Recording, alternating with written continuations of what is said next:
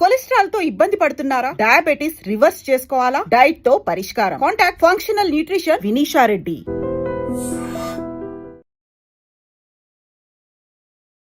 దేశ రాజకీయాల్లో ఒక ఫైర్ బ్రాండ్ గా పేరు తెచ్చుకున్న రేణుకా చౌదరి జూబ్లీ హిల్స్ బై ఎలక్షన్ లో మీరు కూడా one of the star campaigner. అవును, ఒక 40 మంది ఉన్నాం దాంట్లో, గుంపులో గోవింద. అంతేనా? ఎలా ఉండబోతుంది మేడం జూబ్లీ హిల్స్ లో కాంగ్రెస్ పార్టీ పరిస్థితి? ప్రస్తుత పరిస్థితులు తారుమారుగా ఉన్నాయి. ఆ క్యాండిడేట్ గురించి కూడా కాంట్రవర్సీస్ రావటం. జూబ్లీ హిల్స్ ఉప ఎన్నిక అనేది రేవంత్ రెడ్డి పాలనకు రెఫరెండం అనుకోవాలా, కాంగ్రెస్ ప్రభుత్వ పాలనకు రెఫరెండంగా భావించాలి? అబ్బా, ఒక బై ఎలక్షన్ కూడా ఒక రెఫరెండం ఆ గవర్నమెంట్ కి. రేణుకా చౌదరి సేవలను రాష్ట్ర కాంగ్రెస్ పార్టీ తగినంత మోతాదులో ఉపయోగించుకోవడం లేదు. ఇది వాస్తవం. ఇవాళ రేణుకా చౌదరి పెత్తనం పూర్తిగా తగ్గిపోయింది. రేణుకా చౌదరి పెత్తనం ఇప్పుడు అవసరం లేదు. పార్టీని బలపరిచే విధానాల్లో కాంగ్రెస్ లో అంతర్గత కుమ్ములాటలు రోజు ఏదో ఒక రూపంలో బయటకు వస్తున్నాయి. మేమేదో బయటపడి మేము అనుకుంటాం, కానీ అంతర్యంగా పేకలు కోసుకునేది బీజేపీ, బీఆర్ఎస్. హైడ్రా ప్రయోగం అనేది కరెక్టే అని అంటారా? హైడ్రా అనేది కాన్సెప్ట్ వాజ్ బ్రిలియంట్. తొందరపాటులో కొన్ని ఇంప్లిమెంట్ అవ్వటంలో 1984లో నాదెండ్ల భాస్కరరావు రామారావుని దించినప్పుడు అలా అంత ఫెరోసియస్ గా ఎలా వెళ్ళారండి? నమ్మక ద్రోహి నాదెండ్ల. నాదెండ్ల గారి నుంచి ఏమి థ్రెట్ రాలేదు అప్పుడు? తర్వాత మిమ్మల్ని ఎన్టీఆర్ పిలిపించి ఏం మాట్లాడారు? ఆయన 3 సార్లు నాకు చెప్పి పంపించారు. సార్ ఫైల్ ఇంటికి వచ్చింది, నందమూరి గారు గ్రీన్ ఇంక్తో రాశారు దాన్ని. 2004లో యూపీఏ గెలిచిన తర్వాత మీరంతా సోనియా గాంధీ ప్రధాని కావాలి, కానీ ఆమె అనూహ్యంగా అక్కడ మన్మోహన్ సింగ్ ను ప్రతిపాదించారు. Isn't that great? పార్లమెంట్ లో ఆమె పక్కన మీరు ఏడుస్తూనే ఉన్నారు, ఆమెతో ఏదో మాట్లాడుతూనే ఉన్నారు. ఏం మాట్లాడారు ఆ రోజు? అందరు అనుకున్నప్పుడు మీరు ఎందుకు వద్దన్నారు? ఏం చెప్పారు సోనియా గారు? మన్మోహన్ సింగ్ ను కాకుండా రాహుల్ గాంధీని కూడా చేసే అవకాశం ఉంది. ఆమె చేయలేదే. ఎందుకు? ఎందుకంటే షీ థాట్. నమస్తే, welcome to open talk with Roddam Srinivas. ఇవాల్టి మన స్పెషల్ గెస్ట్ ఎవరో కాదు, తెలుగు రాష్ట్రాల్లోనే కాదు దేశ రాజకీయాల్లో ఒక ఫైర్ బ్రాండ్ గా పేరు తెచ్చుకున్న రేణుకా చౌదరి మనతో ఉన్నారు. నమస్తే మేడం. నమస్తే. ఏంటి మేడం, ఈ జూబ్లీ హిల్స్ బై ఎలక్షన్ లో మీరు కూడా one of the star campaigner. అవును, ఒక 40 మంది ఉన్నాం దాంట్లో, గుంపులో గోవింద. అంతేనా? ఓకే, ఎలా ఉండబోతుంది మేడం జూబ్లీ హిల్స్ లో కాంగ్రెస్ పార్టీ పరిస్థితి? అవి బాగానే ఉందనుకోనే రంగంలోకి దిగుతున్నాము. గెలవాలనే ఉద్దేశంతోనే we're taking up the challenge. అంటే చాలా ప్రస్తుత పరిస్థితులు తారుమారుగా ఉన్నాయి. ఆ క్యాండిడేట్ గురించి కూడా కాంట్రవర్సీస్ రావటం, ఏవేవో జరుగుతున్నాయి. బట్ అవన్నీ సహజం రాజకీయాల్లో. అధిష్టానం అవన్నీ చూడకుండా టికెట్ ఇచ్చిందంటారా నవీన్ యాదవ్ కి? మరి అధిష్టానానికి అన్నిటికీ మనం అధిష్టానం అని అంటాం కూడా తప్పు. మరి మాకందరికి ఇచ్చిన బాధ్యతలు ఏంటి? ఇక్కడ అబ్జర్వర్లు, సెంట్రల్ వాళ్ళు, జనరల్ సెక్రటరీలు, ఎమ్మెల్యేలు, ఇన్ఛార్జీలు, ఇన్ని పదవులు అనుభవించే వాళ్ళు పెద్దలు అందరూ ఉన్నారు. కాబట్టి the collective responsibility belongs to the state. అన్నిటికీ అధిష్టానం అంటే ఎట్లా? మేము వేసిన పేర్లు ఏదో పెట్టి టిక్కు పంపిస్తాం, అంతకు తప్పితే వాళ్ళు వచ్చి ఎలా తెలుసుకుంటారు చెప్పండి? యావత్ భారతదేశం చూస్తూ ఒక సైడ్ మాకు బీహార్ ఎలక్షన్స్ ఉన్నాయి. సో అవన్నీ చూసుకోవాల్సి వస్తుంది. ఒక బై ఎలక్షన్ కి అధిష్టానం అని అంటాం అనవసరం. అంటే మీరు ఏమని ప్రచారం చేయబోతున్నారు జూబ్లీ హిల్స్ లో? అంటే ఇప్పుడు మీరు ఆల్రెడీ 6 గ్యారంటీలు ఇచ్చారు ఎన్నికలకు ముందు. ఆ 6 గ్యారంటీల్లో అమలు కాలే. ఒక ఉచిత బస్సు, రైతులకు 2 లక్షల రుణమాఫీ కొంచెం జరిగింది, మిగతా అన్ని పెండింగ్. సన్న బియ్యం ఇవన్నీ మర్చిపోయారు మీరు. సన్న giving in the ration card the finest quality of rice ఇవాళ రోజు. తెలంగాణలో హైయెస్ట్ ఈల్డ్ ఇచ్చింది ప్యాడీకి ఈ రాష్ట్రమే. ఆ విధంగా then chief minister has been signing ఎన్నో MOUs విత్ ఫారిన్ కంపెనీస్. వాళ్ళందరూ కూడా ఇక్కడ ఇన్వెస్ట్మెంట్కి ఎదురు చూసి వస్తున్నారు. సో ఆ విధంగా చూస్తే ఇవన్నీ జస్ట్ 2 years కూడా కాలేదు కదా వచ్చి. అండ్ మా నెత్తిన మోపిన భారం డెట్ ఏదైతే టీఆర్ఎస్ మాకు ఇచ్చిన బహుమతి అది సర్దుకుంటూ అందరికీ ఇవన్నీ కూడా సాధించేదానికి రాష్ట్ర ముఖ్యమంత్రి చేసే ప్రయత్నాల్ని మనం గమనించాలి, గ్రహించాలి. కానీ అది ప్రజలు అర్థం చేసుకుంటారంటారు. ఎందుకంటే మహిళలకు ప్రతి నెల 2,500 రూపాయలు ఇస్తా అన్నారు. వృద్ధులు, వితంతువులు, వికలాంగుల పెన్షన్ని 2,000 నుంచి 4,000కి పెంచుతా అన్నారు. సో ఇవన్నీ నెరవేరకుండా ఇక్కడ జూబ్లీహిల్స్లో 90% స్లమ్ ఓటర్స్ ఉన్నారు. వాళ్ళకి కావాల్సింది కంపెనీలు, ఎంఓయూలు వాళ్ళు చూడరు. అవును, కరెక్టే. సో మరి వారిని మీరు యాజ్ ఎ స్టార్ క్యాంపెయినర్గా జూబ్లీహిల్స్లో ఏ విషయాలను మీరు ప్రచారం చేస్తారు? మీరు ఒకటి మర్చిపోయారు. చెప్పండి. గతంలో నేను ఇక్కడ మున్సిపల్ కార్పొరేటర్, ఎస్, ఇదే కాన్స్టిట్యున్సీకి 2 సార్లు I have been Rajya Sabha member for Banjara hills, ఈ ఏరియాకి, సిటీకి. ఎస్. సో నాకు గల్లీ గల్లీ తెలుసు ఇక్కడ. అదే విధంగా నేను గతంలో ట్రేడ్ యూనియన్ యాక్టివిటీస్లో కూడా ఉండేదాన్ని. I was a trade union leader.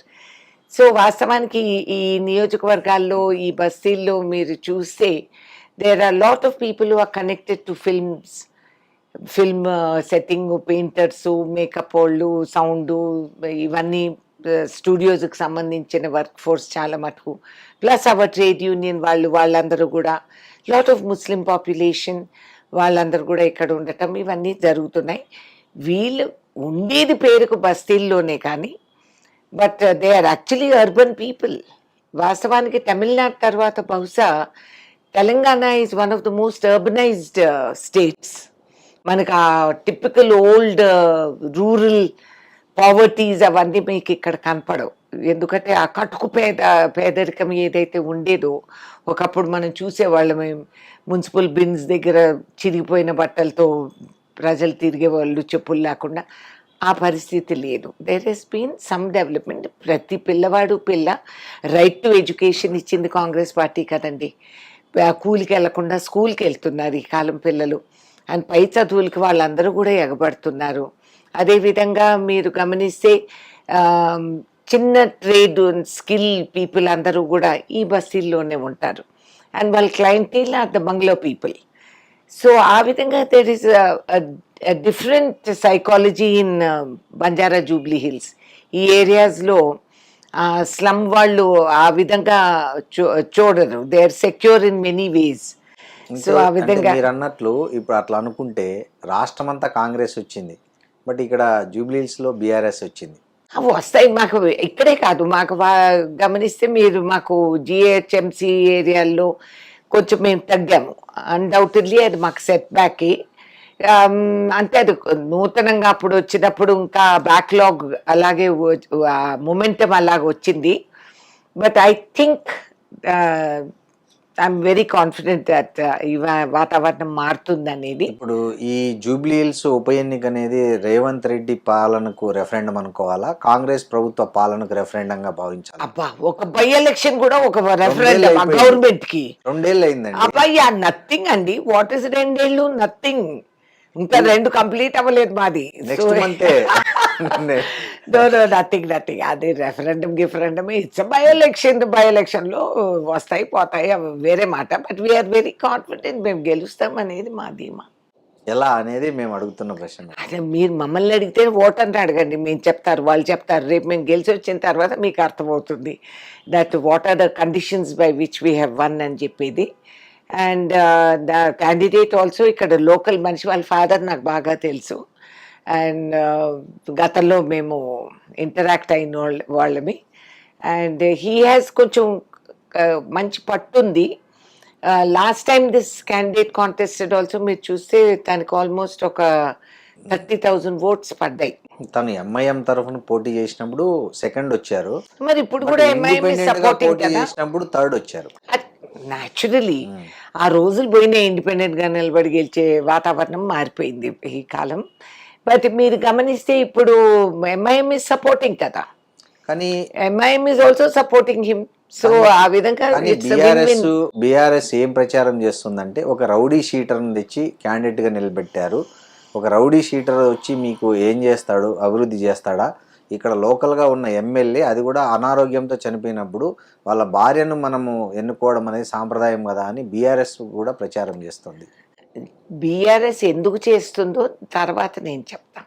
చెప్పండి. దాంట్లో అసలు రహస్యం ఏమిటో నేను చెప్తా. ఇంత ప్రేమ వాళ్ళకి ఆ బీఆర్ఎస్ క్యాండిడేట్ మీద ఒలికిపోవటం ఎందుకు అని అంటే ఆయన వాళ్ళకి చాలా ఉపయోగపడ్డాడు. ఎంతో వాషింగ్ చేసి పెట్టారు వాళ్ళ కోసం. కాబట్టి బీఆర్ఎస్ ఇవాళ ఇవన్నీ చెప్పనక్కర్లేదు. సాంప్రదాయమే కరెక్టే, ఒక విడో పోటీ చేయటం, people will defend and election is election. దాంట్లో అన్ని రకాల వర్గాలు దిగుతాయి, పోటీ చేస్తారు. ఆయన ఏ రకంగా ఉపయోగపడ్డారండి? ఆయనకు చాలా లాండరింగ్ చేశారండి. ఆయన హీ వాజ్ వెరీ కేర్ఫుల్. ఆయన చాలా చక్కగా వాళ్ళందరినీ చూసుకున్నారు. Gopi garu was very useful for all of them. I also know Gopi garu. ఇక్కడ మా ఇంటికి వచ్చేవారు. And he was a nice man. నేను బ్యాడ్ అని నేను అన్ను. అండ్ ఇట్స్ న్యాచురల్ ఆయన హఠాత్తుగా ఆ విధంగా పోవటం అండ్ ఆయన విధు పోటీ చేయటం. But an election is an election. ఆ విధంగా చూస్తే మన రాష్ట్రంలో ఆ రోజుల్లో నందమూరి తారక రామారావు గారు, పివి నరసింహారావు ఇస్ తెలుగు బిడ్డ అని చెప్పి ఆ election, but we fought Vijayabhaskar Reddy garu. తర్వాత రాటిఫైయింగ్ ఎలక్షన్ వచ్చినప్పుడు మేము వదలలేదు. You have to fight. That's part of the system. అంతే.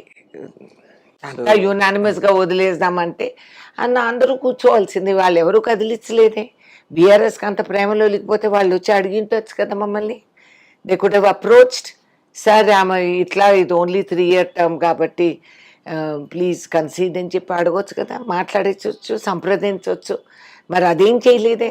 అదేం చేయకుండా ఇవాళ కోతలు కూసేస్తే అది అయిపోతుంది అనుకుంటే అది వాళ్ళ భ్రమ.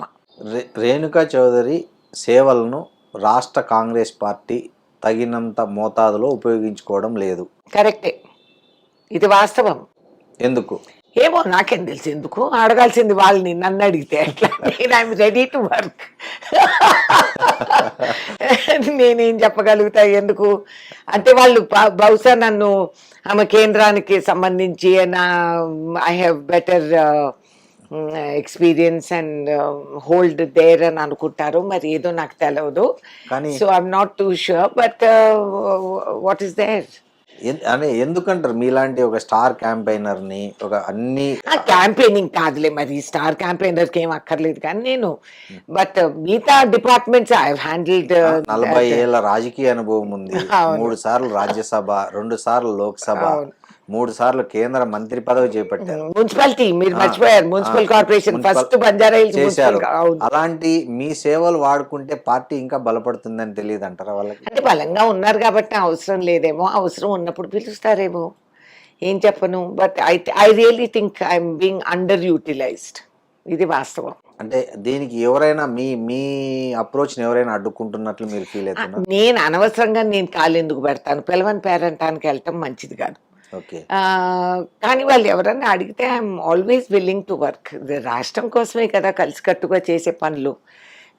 Want to work to serve the state. అంతకంటే ఏముంది.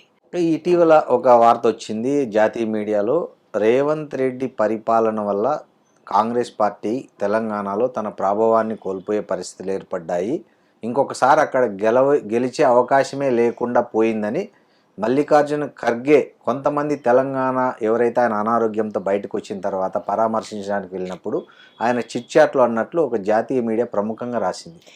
ఏమండి, మీడియా చెప్పిందల్లా మేము నమ్మేసి నడిస్తే పార్లమెంట్ పనిచేయదు. మేము పార్లమెంట్లో ఒక చట్టం ఉంది తెలుసా, unspoken, that we don't take newspaper reports there. We don't. చాలాసార్లు మేము పేపర్లో ఏదో రాసి ఉందని చూపిస్తాం. మీరు చెప్పండి, నిజంగానే రాజకీయాలు సరే అది పక్కకు పెడతాం, వాస్తవానికి మీడియా ఇవాల్టి రోజు స్ట్రైట్గా ఉందా? లేదు. నేను 8 పేపర్లు తెప్పించుకుంటాను. నేను ఫస్ట్ రైట్ వింగ్ పేపర్ ఏంటి, లెఫ్ట్ వింగ్ పేపర్ ఏంటి. Same thing with print media, same thing with visual media. మీడియాలోనే పర్సెప్షన్స్ వేరువేరుగా ఉంటుంది. ఖర్గే సాబ్తో నేను గంటలు కూర్చొని వచ్చాను. ఇప్పుడే వారికి పేస్ మేకర్ పెట్టిన తర్వాత మొన్న కలిసి వచ్చాను. ఒంటరిగా 1-to-1లో కూర్చున్నాను. చాలాసేపు మాట్లాడుకున్నాం. ఈ మాట ఈ ప్రసక్తి అసలు రానే లేదు, ఆయన అన్నే లేదు. నేను తెలంగాణ నుంచే కదా. సో ఆయన ఐఎమ్ సీనియర్ మోస్ట్. ఏదన్నా మాట్లాడదా ఆయన అన్నింటే మేము ఐ కెన్ టెల్ అని నేను అంటాను కూడా. నేనేమంత డిస్క్రీట్గా డిప్లొమాటిక్గా ఊరుకుండే మనిషిని కాదు. కానీ ఆయన ఆ ప్రసక్తే రాలేదు, అసలు ఆయన ఆ మాట అన్నే లేదు. అండ్ ఐ డోంట్ థింక్ ఆయన హీఈస్ ద కాంగ్రెస్ ప్రెసిడెంట్. ఆయన అట్లా అన్నారు అని ఎవరైనా చెప్పటం కూడా చాలా తప్పు. ఇమ్మెచ్యూర్ పాలిటిక్స్ కనిపిస్తాయి కొన్నిసార్లు ఇక్కడ. ఈ కొత్తగా వచ్చిన వాళ్ళు, పార్టీలు మారి వచ్చిన వాళ్ళు, వాళ్ళకి వాళ్ళ పొజిషన్ తెలియక ఏది మాట్లాడాలి ఏది లేదు అనేది, ఇంకా వాళ్ళకి బ్యాలెన్స్ అనేది వాళ్ళకి అర్థం కావట్లేదు. ఎమ్మెల్యే అయిపోతానే నేనే తురుముకానని అనుకునేది సహజం, తప్పులేదు దాంట్లో. కొత్తగా వచ్చినప్పుడు పవర్ మనకి ఓహో అని అనుకుంటాం, కానీ రాజకీయ బ్యాలెన్స్ ఏ విధంగా పెట్టుకుంటూ నడవాలి అనేది అనుభవంతోనే వస్తుంది. సో ఆ విధంగా ఎవరన్నా బయటకు వచ్చి ఆయన ఇట్లా అన్నారు, అసలు ఆయనతో కూర్చొని మనం మాట్లాడింది బయట చెప్పకూడదు. Number 1 rule. నంబర్ 2, నిజంగానే ఆయన అన్నారు అని అనుకోండి, అది వాళ్ళే అని వింటారు కదా. మీరు ఎమ్మెల్యేస్, మీరు ఎంపీస్, మీరు కాంగ్రెస్ ప్రెసిడెంట్ని కలవడానికి వెళ్ళారు. ఆయన బహుశా వాళ్ళని దూషించుంటారు. ఏంటి కాంట్రవర్సీస్, ఏంటి నాన్ సెన్స్, మీరు ఈ విధంగా ప్రవర్తిస్తే you will not win the second time అని అంటారు. దాంట్లో తప్పేముంది? నేనైనా తిడతా ఉంటాను, నా లెవెల్లోనే నేను తిడతాను. ఆయన కాంగ్రెస్ ప్రెసిడెంట్. అమాయకంగా ఎవరన్నా ఏదన్నా తెలియక ఏదన్నా అంటే ఐ ఫైర్ దెమ్. ఏమైనా బుద్ధి ఉందా లేదా, ఏం మాట్లాడుతున్నావు, నీకు అసలు అర్థమైందా, దానికి పరిణామాలు ఏంటి అనేది వి షౌట్. ఇలాగే చేసామంటే రెండోసారి నీకు టికెట్ రాదు, సీటు రాదు అని చెప్తాం మేము. కానీ దానికి ఏదో రాజకీయ రంగు పూసేసి ఆయన అనేసాడు కాబట్టి ఆయన చెప్పిందంతా నిజమే, అది తప్పు. మీ సోర్స్ ఎవరనేది, whether they are reliable, balanced, experienced చూడాలి.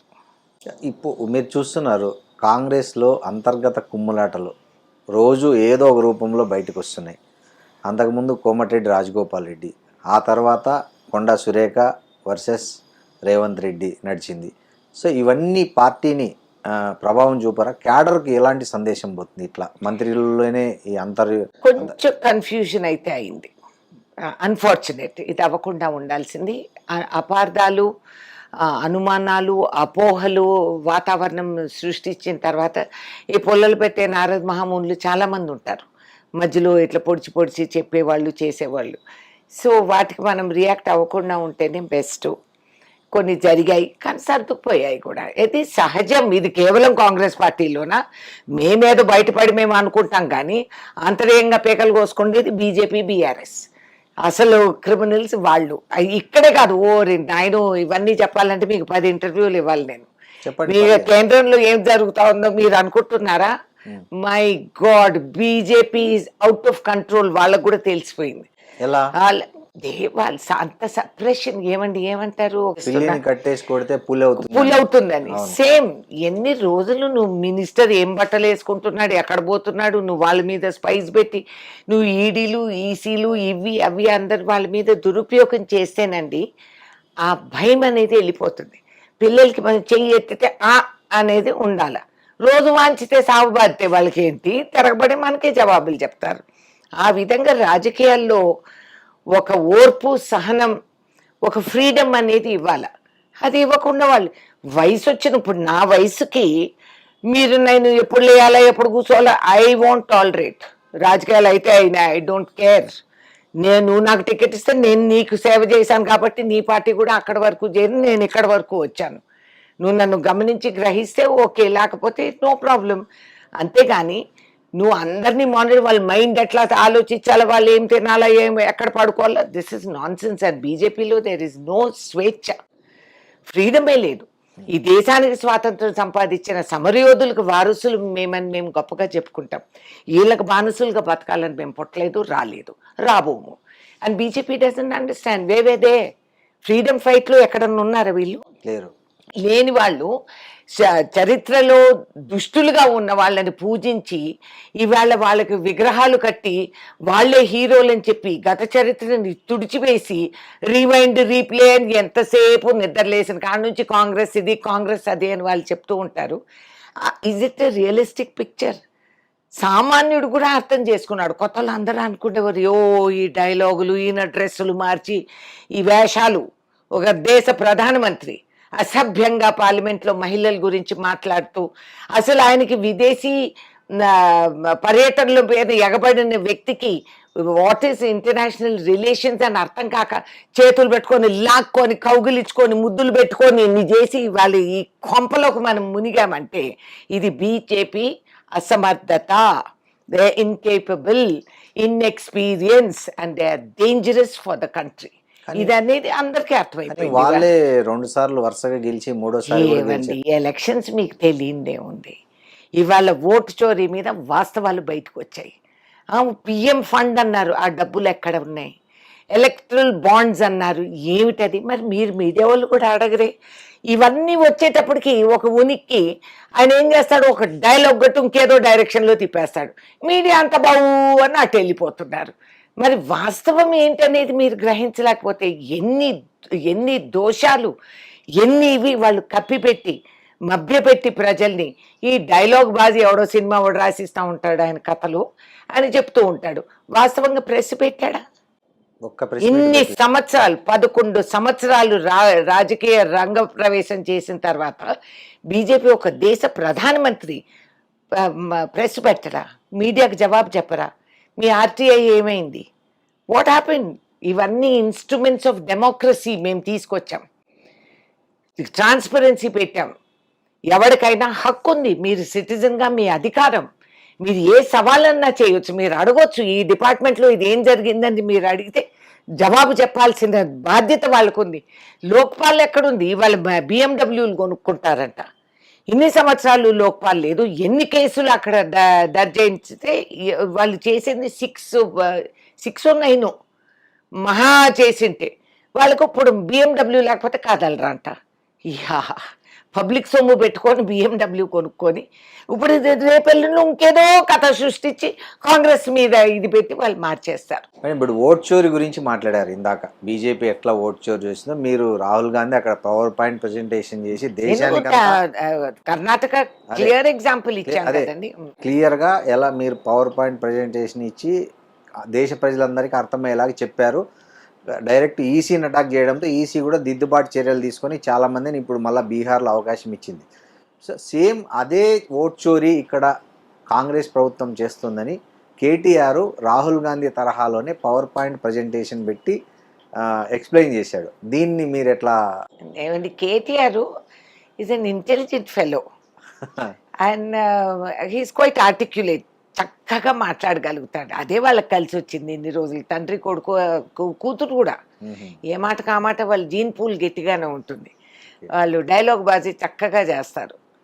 అండ్ కాకపోతే పవర్ పాయింట్ ప్రెజెంటేషన్ చేసినంత మాత్రాన వారు వీరెవరు వీరు వారెవరు. సో అప్పుడు అదే మేము చేస్తున్నాం అనుకుంటే I want to thank KTR. ఆ కాంప్లిమెంట్ మాకు ఇచ్చారు. మేము కూడా we're capable of doing vote చోరీ అనేది ఆయన అనుకుంటున్నాడు. ప్రజలు నమ్మొద్దా అది? సో చేయగలుగుతాము అని అనుకుంటే okay, you prove it.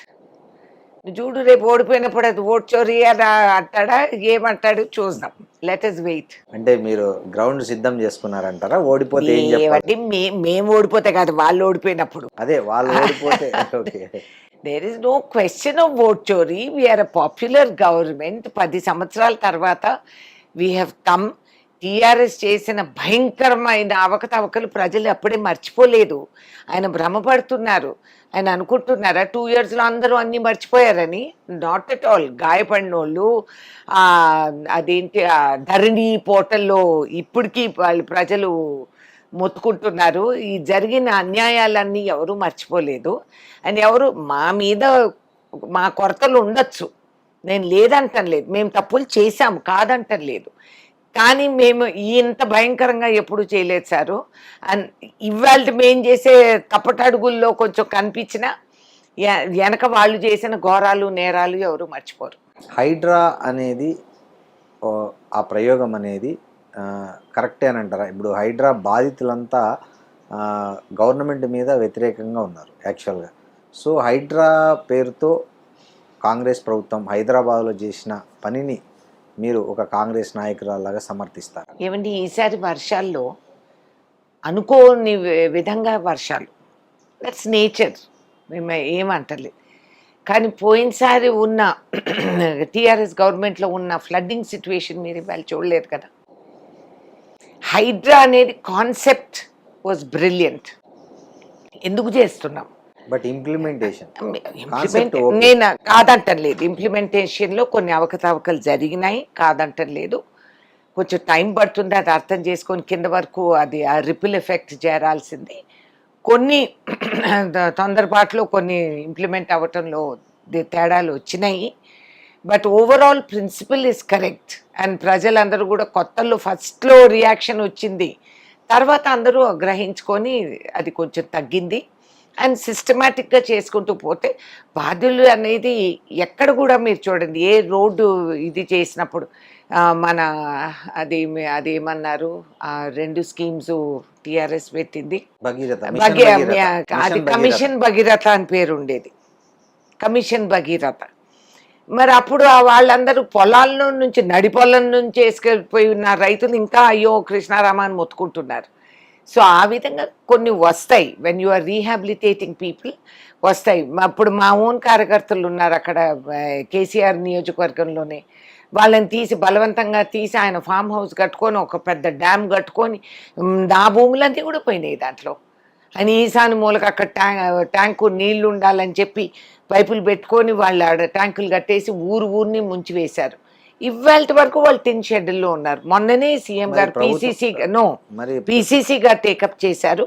Mahesh Goud గారు వ్యక్తిగతంగా అందరినీ కలిసి ఒక స్టెప్ తీసుకొని దాన్ని వెంటనే సరిదిద్దాలనే నిర్ణయానికి వచ్చారు.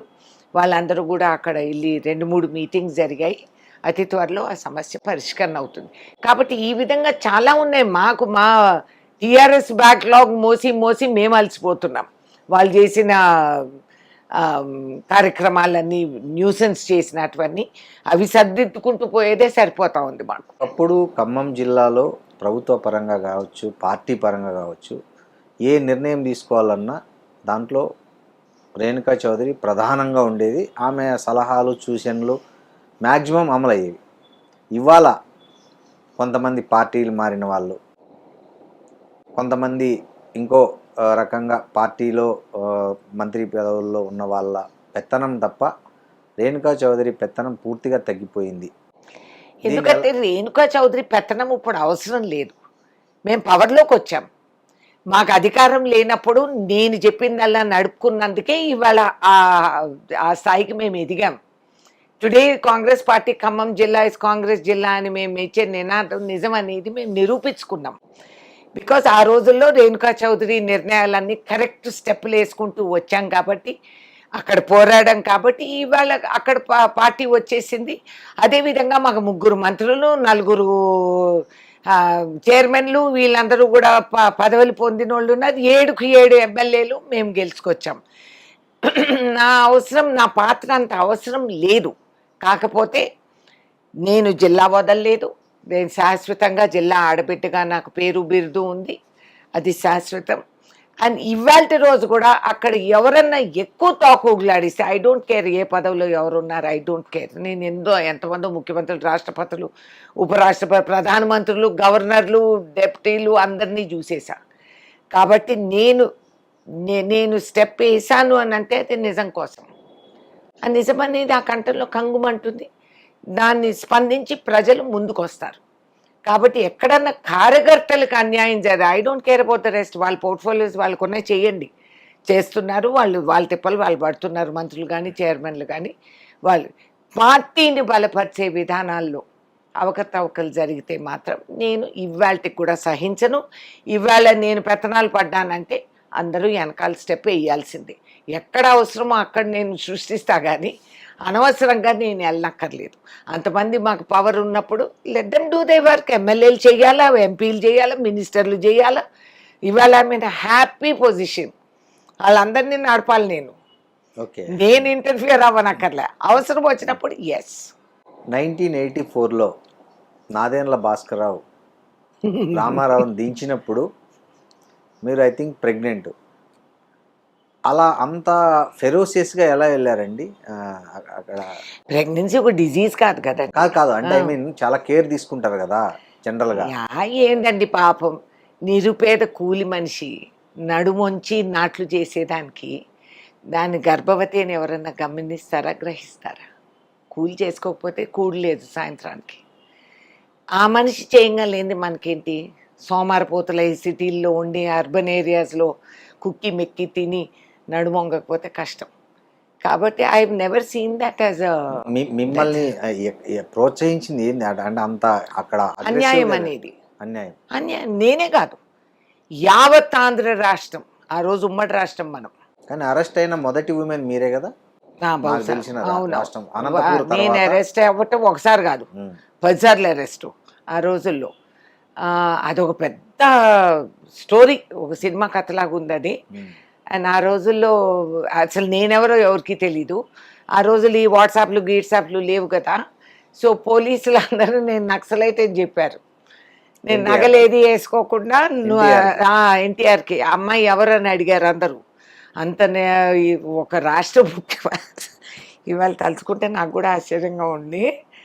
నా పిల్లలు ఇట్లాంటిది ఏదన్నా చేస్తే వాళ్ళ కాళ్ళు ఎరగొడతా. కాకపోతే ఆ రోజుల్లో ఆ ఉద్రేకం అదే దట్ ఈస్ ప్రజాస్వామ్యం అండి. వాస్తవానికి ఒక ప్రజాస్వామ్యం ఎంతో అల్పాయాసంగా డైలాగులు చెప్పేస్తాం, కానీ ప్రజాస్వామ్యంలో ఒక కదలిక, ఒక మూవ్మెంట్, అది చరిత్రలో సువర్ణాక్షరాలతో రాసి ఉంటుంది. 84 episode in Andhra Pradesh, united Andhra, erstwhile Andhra. మీరు ఎవరినో కొట్టారా లేకపోతే ఎందుకు అరెస్ట్ చేశారు మిమ్మల్ని అప్పుడు? నమ్మక ద్రోహి నాదెండ్లా అని నినాదాలు ఎత్తాను. రాష్ట్ర ముఖ్యమంత్రి మొట్టమొదట బహిరంగ సభ ఎమ్మెల్యే క్వార్టర్స్లో ఆయన ఏర్పాటు చేసుకొని నందమూరిని మోసం చేసి దించి అధికారానికి దాహంతో ఆ విధంగా ఆయన నిలబడ్డారని వాళ్ళ ఎమ్మెల్యేస్ అందరూ కూడా అక్కడ ఉన్నారు. మరి నాకేమైందో నాకు తెలియదు, కానీ నా రంగప్రవేశం ఆ విధంగా అయింది, రాజకీయ రంగప్రవేశం. సో నేను ఆ సభలోకి వెళ్ళి full police Bandobast, armed police అందరూ. నాదెండ్ల భాస్కర్ రావు గారు, అంతకుముందు బగ్గిడి గోపాల్ అని ఒక ఆయన ఉన్నారు. ఆయన వెకిలిగా ఎన్టీఆర్ని ఇమిటేట్ చేస్తూ చాలా అసహ్యంగా ప్రవర్తించారు. అండ్ సరిగ్గా నాదెండ్ల గారు నిలబడేటప్పటికి ఇంకా నేను నినాదాలు ఇచ్చాను, నమ్మక ద్రోహి నాదెండ్ల అని. అది వెంటనే మీటింగ్ అంతా రచ్చ అయిపోయింది. నన్ను పోలీస్ అరెస్ట్ చేయటం జరిగింది. గేట్లు మూసేశారు, పోలీస్ జీప్ బయటికి వెళ్ళలేదు. నన్ను చూసి అంతకుముందు లోవర్ ట్యాంక్ బండ్ దగ్గర నేను చాలా పెద్ద మూవ్మెంట్ చేశాను. మీరందరూ ఇంకా చిన్నపిల్లలు, అప్పుడు మీకు తెలీదు. సో మేము ఒక 4-5 వేల మంది నందమూరి గారి ఇంటి ముందు సమావేశమై ఆయన నేను చాలా స్టైల్గా వాట్ ఈస్ ద పిఓఏ అన్నాను. పిఓఏ అంటే ఏంటన్నారు, ప్లాన్ ఆఫ్ యాక్షన్ అని.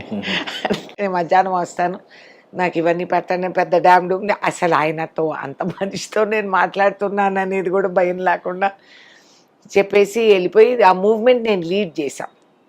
తీరా మేము ఎమ్మెల్యే క్వార్టర్స్ వచ్చేటప్పటికి కేవలం ఒక 300-400 మంది మిగిలారు. పోలీసులు లాఠీ చార్జీలు చేసి తలకాయలు పగలు కొట్టి, సో నేను కూడా జెండా నుంచి లాఠీ తీసేసి వ్యాన్ మీదకి నేను దాడి చేసి పెద్ద మూవ్మెంట్ అయిపోయి మొత్తానికి రాష్ట్ర ముఖ్యమంత్రి గారి మొట్టమొదట బహిరంగ సభ భంగం.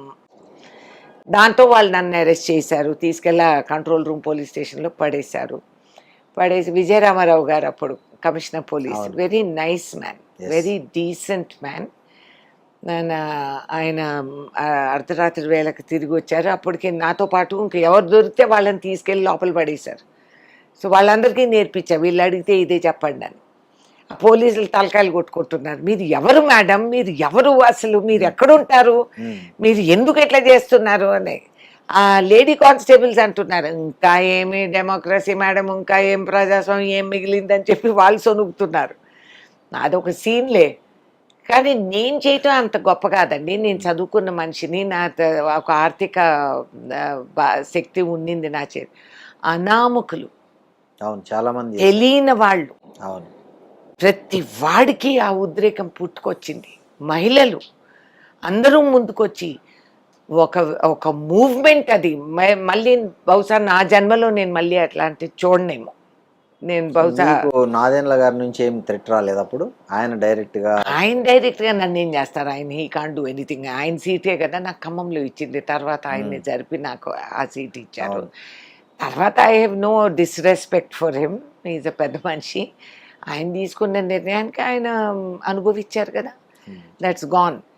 కానీ ఆ రోజు నాకు బాగా గుర్తు, నందమూరి గారు హరికృష్ణ గారు బండి నడుపుతున్నారు, మేము గవర్నర్ ఇంట్లోకి వెళ్ళాం మళ్ళీ ఆయనని ఇది చేయడానికి. ఆ రాజ్భవన్ రోడ్ ముందు ఆ ట్రైన్ ఉంది, ఆ వెళ్ళే ట్రైన్ ఆపేశాడు ట్రైన్ డ్రైవర్. ఓ ఆపేసి పూ పూ అది హార్న్ ట్రైన్ది. ఓకే. ఆయన ఆ ట్రైన్ కిటికీల నుంచి డోర్స్ నుంచి ప్రజలు బయటికి వంగిపోయి అసలు పడిపోతారనే భయం నాకు. చేతులు ఊపుతూ విసిల్ చేసి, దట్ ఈస్ డెమోక్రసీ. అసలు ఆలోచిస్తే అది ఎవరన్నా డాక్యుమెంట్ చేశారో లేదో మరి ఆ మూవ్మెంట్, ఐ డోంట్ నో ఆ రోజుల్లో. కానీ దట్ ఈస్ అనామకులు ఎవడో మాకు తెలీదు, అందరం కలిసి ఒక నిర్ణయానికి వచ్చి ఒక మూవ్మెంట్లో నేనెవరో వాళ్ళకి తెలీదు, నాతో ఫాలో అయిపోయి నేను చెప్పిందంతా ఓబే చేసి మేమంతా లోపలికి వెళ్ళిపోయి మళ్ళీ నేను అరెస్ట్ అయితే వాళ్ళంతా పోలీస్ స్టేషన్ బయట. నేను ఎవరు, నా పేరు తెలీదు, ఆదిశక్తి అని చెప్పి పేరు పెట్టారు. చోడ్దో చోడ్దో ఆదిశక్తి కో చోడ్దో నా దండ్లకో తోడ్దో అని నా రాజకీయ జీవితంలో ఫస్ట్ స్లోగన్ అది నేను వింటాం. ఆ విధంగా అర్ధరాత్రి వేళ పాపం మళ్ళీ ఆయన పోలీస్ కమిషనర్ వచ్చి, మేడం మీరు ఏం చేశారో మీకు తెలుసా? నేను ఆయనకు పెద్ద లెక్చర్ చదివేశా. నో అని, వాట్ హ్యావ్ ఐ డన్ అని. You have disturb public meeting అన్నా. డిఫైన్ పబ్లిక్ అన్నా, నేనే కదా పబ్లిక్. మరి నేను పబ్లిక్ మీటింగ్ నేను ఎలా డిస్టర్బ్ చేస్తాను? ఐఎమ్ ద పబ్లిక్ అంటే ఆయన కాఫీ తాగే, నువ్వు ఇంటికి వెళ్ళమ్మా, నేను వెళ్ళనన్నా. వాళ్ళందరినీ వదిలితే కానీ నేను వెళ్ళనన్నా. ఆయన అన్నారు, మీకు వాళ్ళు ఎవరో నీకు తెలియదు, నువ్వెవరో డీసెంట్ ఫ్యామిలీ నుంచి వచ్చినట్టున్నావు, నువ్వు వెళ్ళమ్మా అన్నారు. అట్లా వెళ్ళను సార్, వాళ్ళందరినీ వదిలితే నేను వెళ్తాను. సో అర్ధరాత్రి వెళ్ళారు, కొంచెం మమ్మల్ని వదిలినారు. వదిలేటప్పటికి ఇన్స్టెంట్లీ నాకు ఒక క్యాడర్ వచ్చేసారు. వాళ్ళు ఎందుకు నమ్మినారు, ఎందుకు వచ్చారు అవన్నీ తర్వాత మాట. కానీ ఆ రోజు I'm witness to history that I saw democracy in movement, in motion. Democracy అంటే ఏమిటి అనేది, ఫోను లేదు, వాట్సాప్ లేదు, కమ్యూనికేషన్ లేదు, ఈ జనరేషన్కి అర్థం కూడా కాదు.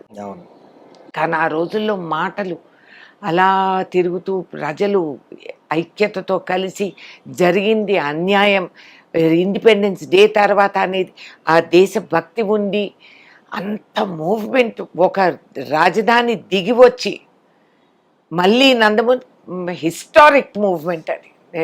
I was very lucky. అటువంటి సందర్భంలో నేను తర్వాత మిమ్మల్ని ఎన్టీఆర్ పిలిపించి ఏం మాట్లాడారు? ఆయన 3 సార్లు నాకు చెప్పి పంపించారు. నేను ఐ వాజ్ నాట్ ఇంట్రెస్టెడ్, నాకు రాజకీయాలు అక్కర్లేదన్న. అసలు నాకు ఇంట్రెస్ట్ లేదు నిజంగానే. ఎవరిని పంపించారు మీ దగ్గరికి? ముగ్గురు వచ్చారండి. నాకు ఫస్ట్ ఇంక్లింగ్ ఎప్పుడంటే రాజ్భవన్ నుంచి ఎన్టీఆర్ గారిని అక్కడ దించేసి ఆయన అందరూ కూర్చున్నారు హాల్లో, నేను మెల్లగా జారుకుంటున్నా. ఆయన మహేందర్ రెడ్డి గారు, హీ వాజ్ డీజీపీ, ఆయన వాళ్ళ పిల్లలు మాకు ఫ్రెండ్స్, సోషల్ ఫ్రెండ్స్. ఆయన నాకు సల్యూట్ చేసి, when am I going to salute you officially అని అన్నారు. దేనికన్నా నాకు అర్థం కాల. అంటే no I will salute you officially one day అని అన్నారు. నేను అన్న, నా కారు బయట పెట్టుకున్నాను సార్, అందరు ఎక్కి తొక్కుతారు దాన్ని,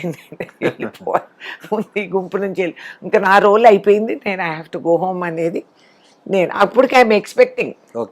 సో ఇంకా అక్కర్లేదు నాకు ఇవన్నీ వద్దులే బాబు అని చెప్పి నేను తప్పించుకొని వెళ్ళిపోయా. ఇంటికి వెళ్ళిపోయా, ఇంకా నేను పట్టించుకోలేదు అక్కడ ఏమవుతోంది ఏం లేదు. కానీ నా life long I will be indebted to G Narayana Rao garu. He was the speaker ఆ టైంలో. Wonderful human being. అండ్ ఆయనను బద్రి విశాల్ పిట్టి గారు, వాళ్ళిద్దరూ కలిసి తిరిగేవాళ్ళు. అండ్ నందమూరి గారు 3 సార్లు చెప్పి పంపించినా నేను వెళ్ళలేదు. అంటే నా రోల్ ఏం లేదు, అయిపోయింది, మూవ్మెంట్ అయిపోయింది, సాధించాము, ఓవర్ అని చెప్పి నేను అనుకున్నాను. అండ్ నేను ఎక్స్పెక్టింగ్ అనేది ఎవరికి తెలియదు.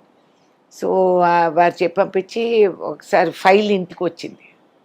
నందమూరి గారు గ్రీన్ ఇంక్తో రాశారు, దాంట్లో regional organiser minister level, car, జెండా, దండా ఇవన్నీ ఇచ్చారు ఫర్ ఎన్నో డిస్ట్రిక్ట్స్, 3 or 5 అప్పుడు అని అపాయింట్మెంట్ ఇచ్చారు మినిస్టేరియల్ లెవెల్. సరే ఇంట్లో వాళ్ళందరూ నన్ను తిట్టి ముట్టి నీకేమైనా పిచ్చా ఎర్రా మన పిల్లలు పోలీస్ స్టేషన్లో ఏంటే బాబు, నీకు ఎప్పటి నుంచి రాజకీయాల్లో ఇంట్రెస్ట్ లేదంటే ఎవరు నమ్మరు. I didn't have interest. రోజు తిట్టేవాళ్ళు మినిస్టర్లు ఎయిర్పోర్ట్ కాడ అక్కడ వాళ్ళ కార్లు అడ్డం ఉంటే. సో రోజు తిట్టేదాన్ని, మాకు మిలిటరీ అలవాట్లు. So I never care. But వాళ్ళందరూ అన్నారు, బాబో నువ్వు ఒక చోట కూర్చో అమ్మ తల్లి, నువ్వు అట్లీస్ట్ రోజు నిన్ను పోలీస్ స్టేషన్లో ఎత్తుక్కోలేక చచ్చిపోతున్నావని. So okay it's a job అన్నట్టు నేను జాయిన్ అయ్యా అంతే. సో లాస్ట్ వర్కింగ్ డే వరకు till I delivered I was working. So delivery ఏమైంది, హఠాత్తుగా ఇది వచ్చేటప్పటికే had to go to Charminar జడ్జిఖానా హాస్పిటల్. మా చిన్నమ్మాయిని అక్కడే delivery, government hospital. So politically it's very correct, కానీ వాస్తవానికి ఇట్స్ హారబుల్ సిచ్యువేషన్. డెలివరీ దిక్కుదే వానలాగా అక్కడికి వెళ్ళాల్సి వచ్చింది. It's okay. అండ్ అది కూడా ఒక అనుభవం అనుకున్నాం. దాని తర్వాత నందమూరి గారు మున్సిపల్ కార్పొరేషన్ పోటీ చేయమన్నారు, నాకు వద్దన్న. ఆ రోజు ఉపేందర్ గారు ఉన్నారు, వద్దు అంటానే ఈ పిల్లని తంతే ఎగిరిగారులు బొట్లో పడినట్టు అని కమెంట్ చేశారు. అంతవరకు ఆ సామెత నేను ఎప్పుడు వినలేదు. సో వెళ్ళి మా వారు లేరు, ఆయన పూనా నుంచి వచ్చారు. ఏంటి నేను నీకు ఇంట్రెస్ట్ ఉందా అన్నారు. నాకు ఇంట్రెస్ట్ లేదు, పడలేదు. అప్పటికి ఐఎమ్ నా వాళ్ళందరికీ చెప్పనక్కర్లేదని ఐ డింట్. సో నందమూరి గారు పోటీ చేయమంటే నేను చేయను అన్న. అప్పుడు జి నారాయణరావు గారి ఇంటికి వచ్చి, రాజకీయాల్లో ఎప్పుడు వద్దు కాదు అని అనకూడదు, నువ్వు యూ టేక్ దిస్ ఆపర్చునిటీ. సరే దాని వెనకాల వేరే సీన్స్ అన్నీ ఉన్నాయి. ఇంకా ఆయన నేను ఉంటాను కదా అని really hats off to that man. ఇవాల్టికి I genuinely feel great respect and affection for him.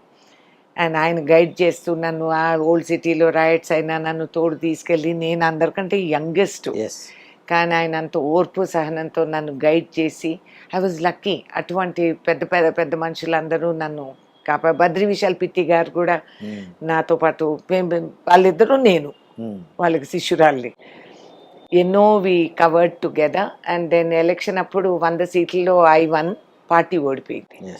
So నేను అప్పటికి మేయర్ క్యాండిడేట్, నన్ను తీగల కృష్ణారెడ్డి ఆయన అనుకున్నాడు, కానీ నాకు I was earmarked. And then NTR garu పిలిచి, ఏంటి ఎంఐఎం వాళ్ళు మనకి డెప్యూటీ వాళ్ళకి ఇస్తే వాళ్ళే చిచ్చి ఎందుకు we should join communal parties అని నేను కేకలు పెట్టేసి నా స్టైల్లో నేను చెప్పేసి వచ్చేసా. అయితే ఆయన నవ్వి నన్ను గమనించారు, ఆహా ఈ పిల్ల ఐడియాలజీ ఇట్లా ఉందని. And really he set history. ఆ నామకులు నాలాంటి వాళ్ళకి ఎంతమందికో అవకాశాలు ఇచ్చి శాశ్వతంగా రాజకీయాల్లో ఒక నూతన విధానాలు అమలు చేసి చదువుకి ఇవ్వాల్సిన విలువ వారు ఇచ్చి, పొజిషను, డబ్బు, ఆస్తులు, అంతస్తులు ఎప్పుడూ చూడలేదు వారు. అండ్ హీ హ్యాస్ రెవల్యూషనరైజ్డ్ పొలిటికల్ ఇది ఆ రోజుల్లో. అండ్ అన్ని వర్గాల్ని కలుపుకొని ఆ రోజుల్లో ఈ అవకాశాలు కలిగించారు. నాతో పాటు ఇంకా 4 వచ్చారు పార్లమెంట్కి. అప్పుడు నేను హార్డ్లీ నా డెలివరీ అయినప్పుడు కార్పొరేషన్ ఎలక్షన్స్ అప్పుడు అంతకుముందే పసిబిడ్డ 3 నెలలకు నన్ను రాజ్యసభకు పంపించారు. అప్పుడు కాంట్రవర్సీనే. రాజ్యసభకి వెళ్తూ ఇక్కడ రాజీనామా చేయమన్నారు కార్పొరేషన్కి, చేయనన్న. నాకు రాజ్యసభ అక్కర్లేదు, నేను మాట ఇచ్చాను, నాకు ఓటు ఇచ్చారు, వాళ్ళని మోసం చేసిన నెలని చెప్పి రాజీనామా చేయనన్నా. సో అందరు అన్నారు, చూడు సార్ మేము చెప్పామా ఈమె న్యూసెన్స్ ఇట్లా అట్లా అని చెప్పేవాళ్ళు ఉంటారు కదా. సో ఆయన అన్నారు, నేనన్నా లేదు సార్ నేనైతే రాజీనామా చేయను, నాకు అక్కర్లేదు రాజ్యసభ, ఐ డోంట్ వాంట్, నేను ఇక్కడే ఉంటాను. ఆయన కోర్టుకి వెళ్ళారు పాపం. కోర్టుకి వెళ్ళి 7 కండిషన్స్ మీద court I can contest, I can serve both అన్నారు. సో నాకు అద్భుతమైన అవకాశం దేవుడు అట్లా సృష్టించారు. సో మున్సిపల్ కార్పొరేషన్, అట్టడుగున ఉన్న కార్పొరేషను, ఆకాశం ఉన్న రాజ్యసభ, 2 ఐ కుడ్ సర్వ్. అది 6 years, ఇది 5 years. ఎవ్రీ కార్పొరేషన్ మీటింగ్ నేను అటెండ్ అయ్యా. నేను చేసిన అభివృద్ధి నియోజకవర్గంలో ఇవాళకి నా పేరు ఉంది. And I'm very proud. Khajanagar, Bolanagar ఇక్కడంతా డెవలప్మెంట్ చేసి కమ్యూనిటీ హాల్స్ కట్టి, నాతో పాటు మిగతా కార్పొరేటర్స్ కూడా ఉన్నారు. ఇవాళకి మేము అందరూ స్నేహంగానే ఉంటాము. ఇట్స్ అ గ్రేట్ అడ్వాంటేజ్ నాకు. 2004లో యూపీఏ గెలిచిన తర్వాత నాకు ఇంకా బాగా గుర్తు, పార్లమెంట్లో ఆ రోజు పెద్ద సీన్ జరిగింది. అందరూ మీరంతా సోనియా గాంధీ ప్రధాని కావాలని. మేం కాదు, అదే యావత్ భారతదేశం of కావాలని. course. కానీ ఆమె అనూహ్యంగా అక్కడ మన్మోహన్ సింగ్ను ప్రతిపాదించారు. Isn't that great? కానీ మీరు పార్లమెంట్లో ఆమె పక్కన ఏడుస్తూనే ఉన్నారు. నేను ఆ సీన్ లైవ్లో చూశాను, నాకు ఇప్పటికీ గుర్తుంది. మీరు ఏడుస్తూనే ఉన్నారు, ఆమెతో ఏదో మాట్లాడుతూనే ఉన్నారు. అసలు ఏం మాట్లాడారు ఆ రోజు, ఏం జరిగింది? ఆవిడ్ని నేను అడిగా, ఉమ్, అందరు అనుకున్నప్పుడు మీరు ఎందుకు వద్దన్నారని. ఏం చెప్పారు సోనియా గారు? Really it's great. ఆవిడ అనింది, నాకు వీళ్ళెవరో నాకు బాగా తెలుసు. రేపటి నుంచి ఆ నాముకుల్ని, అమాయకుల్ని వాళ్ళు బలి చేసి అది నా గడపకాడ పెడతారు. నేను అయినందుకు వాళ్ళని చంపేశారు అనేది అంటారు. నన్ను విదేశీగానే భావిస్తారు. అప్పుడు నాకు అనిపించింది, ఆమె మా అందరికంటే ఎక్కువ ఇండియన్. ఎస్, ఆమెకి గంజం అంజయ్ గారు చెప్పగలుగుతారు మనకి. ఆమెకి టెక్స్టైల్ గురించి ఎంత తెలుసు, హ్యాండ్లూమ్, ట్రైబల్ హిస్టరీ, దేశం. ఇందిరాగాంధీకి కోడలుగానే కాకుండా అసలు వారసత్వం తనకే ఉంది అని తను ఎన్ని నేర్చుకొని ఎంత సాంప్రదాయాలన్నీ కూడా అమలు చేసే ఉన్న వ్యక్తి. తనకి నాకు పదవీ వ్యామోహం లేదు. నాకు పదవీ వ్యామోహంతో నాకు పదవి కావాలని కాదు. రేపటి నుంచి అనామకుల్ని చంపేస్తారు. ఒక రైట్స్ తయారు చేసి, అంటే బీజేపీ చేసే ఈ ఆందోళనకు భయపడి ఆ రోజు ఆమెం భయపడలేదు. అదే మీకు ఒకటి గుర్తు చేస్తున్నా, రాజీవ్ గాంధీ గారు మరణ తర్వాత వారు కదం తొక్కి బయటికి రాలేదు. ఏం అక్కర్లేదని 7 సంవత్సరాలు ఆమె ఆ అరణ్యవాసంలో ఉండిపోయింది, రాజకీయ అరణ్యవాసంలో. తర్వాత కాంగ్రెస్ పార్టీ అనే ఒక పార్టీ, మేమంతా స్వార్థపరులమే, వెళ్ళి మా ఉనికి కాపాడుకునేదానికి ఆమెని బలవంతంగా బయటికి తీసుకొచ్చాం. అప్పుడు కూడా వారు అన్నారు, ఈ పార్టీ కోసం మా కుటుంబంలో అంతమంది అమానుషంగా చనిపోయి అన్ని లోటులు మేము అనుభవించి ఇవాళ ఒక్కొక్కరు మెల్లగా చల్లగా జారిపోయి వేరే పార్టీల్లోకి వెళ్ళిపోతున్నారంటే బాధ కలిగి, ఇక విధి లేదు అని చెప్పి ఆవిడ బయటకు వచ్చి ముందుకు వచ్చింది. And she went on to be one of the finest Congress presidents, longest serving Congress president. ఆమె అందరి ఇవాళకి కూడా సోనియా గాంధీ గారికి ఉన్న గౌరవం అందరూ ఎక్సెప్ట్ దేశ ప్రధానమంత్రి who does not no how to respect women. అది వదిలేయండి, గాడిదకి ఏం తెలుసు గంధం వాసన అన్నట్టు. వాట్ కెన్ బి సే? ఆయన ఇంట్లో మహిళను కాపాడలేని వాళ్ళు మమ్మల్ని గౌరవిస్తారనేది మాకేమా భ్రమ లేదు. కాబట్టి వాజ్పేయి గారు అందరూ use to respect her. All political parties. Manmohan Singh ను కాకుండా రాహుల్ గాంధీని కూడా చేసే అవకాశం ఉండే, ఆమె చేయలేదు. మరి ఎందుకంటే she thought Manmohan Singh was the correct choice and he was. It's a wonderful tribute. ఒక సర్దార్, అన్ ఎకానమిస్ట్. మీరు చూడండి, ఆ రోజు ఆ వాతావరణంలో ఆయన ఉండబట్టి ఒక సమయంలో యావత్ ప్రపంచ అభిప్రాయం, భారతదేశ గౌరవం అంతా కూడా ఆయన సొంత వ్యక్తిగత భుజస్కంధాల పైన ఆనుంది. On the nuclear treaty. ఇవాళ భారతదేశం ఈయన డబ్బాలు కొట్టుకుంటుంటాడు, స్పెల్లింగ్ రానోడు, అది వేరే మాట. బట్ వాస్తవానికి it was Manmohan one of the finest economic minds in the world. ఆయన అంటే గౌరవించి అందరూ అసలు నిలబడేవాళ్ళు, యావత్ ప్రపంచంలో ఉన్న పెద్ద పెద్ద మనుషులందరూ. అసలు ఆ గౌరవానికి వెళ్ళి కౌగిలించుకుంటే రాదు సార్. ఇంకొకటి, అక్కడ సోనియా గాంధీకి ఇలా జరుగుతుందని అప్పుడు ఎవరు చెప్పారు? ఏది జరుగుతుంది? విదేశీ అంటారు, విదేశీ ముద్ర వేస్తారు. ఏమండి, రోజు అనేవాళ్ళు కదండి, ఆడవాళ్ళని అనడానికి ఎంతసేపు అండి. ఒక స్పెక్యులేషన్ ఉంది రాజకీయ వర్గాల్లో. అప్పుడు రాష్ట్రపతిగా ఉన్నటువంటి అబ్దుల్ కలామే సోనియా గాంధీకి ఈ ఇన్ఫర్మేషన్ ఇచ్చారు. నాన్సెన్స్. ఆమె అంతకు ముందు కూడా ఎప్పుడు నాకు వద్దు అనే ఉన్నారు. ఏమంటే 7 సంవత్సరాలు భర్త చనిపోయిన, నిజంగా అధికార దాహం ఉండింటే అప్పుడే ఆమె అడుగు పెట్టేసి వీడియోగా బోల్డ్ అంత సింపతి వచ్చింది. నడి బజార్లో అమానుషంగా హస్బెండ్ని హత్య చేశారని బోల్డ్ అంత సింపతి వచ్చింది. లేదే, కాదన్నారే, ముందుకు రాలేదే, నాకేం అక్కర్లేదు, నేను నా కుటుంబం అని చెప్పి వాళ్ళు పక్కకున్నారు. రాజీవ్ గాంధీ అందుకోవాల్సిన అవసరం వచ్చినప్పుడే ఆమె వద్దని మొత్తుకున్నారు, వెక్కి వెక్కి ఏడ్చారు. వద్దు, ఇది వద్దు, మనకు వద్దు, ఈ లైఫ్ మనకు వద్దని చెప్పి పాపం ఆ రోజుల్లో కూడా విధి లేక ఆయన రావాల్సి వచ్చింది. ఇందిరాగాంధీ చనిపోవటంతో అందరం మళ్ళీ కాంగ్రెస్ పార్టీ అందరూ మీరు రండి రండి, ఎందుకంటే వారు ఉంటే మేమందరం బాగుపడతామనే స్వార్థంతో మేము వాళ్ళని తెచ్చుకోవటం జరుగుతుంది. ఆ తర్వాత 7 సంవత్సరాలు she never stepped out and ప్రధానమంత్రి అవ్వాలి ఆవిడికి అసలు ఇంట్రెస్టే లేదు. That's a bluff. ఆమె ముందు నుంచి మన్మోహన్ సింగ్ గారిని గమనించి హీఈస్ ద కరెక్ట్ మ్యాన్ ఆవిడ దృష్టిలో, and it was the correct choice.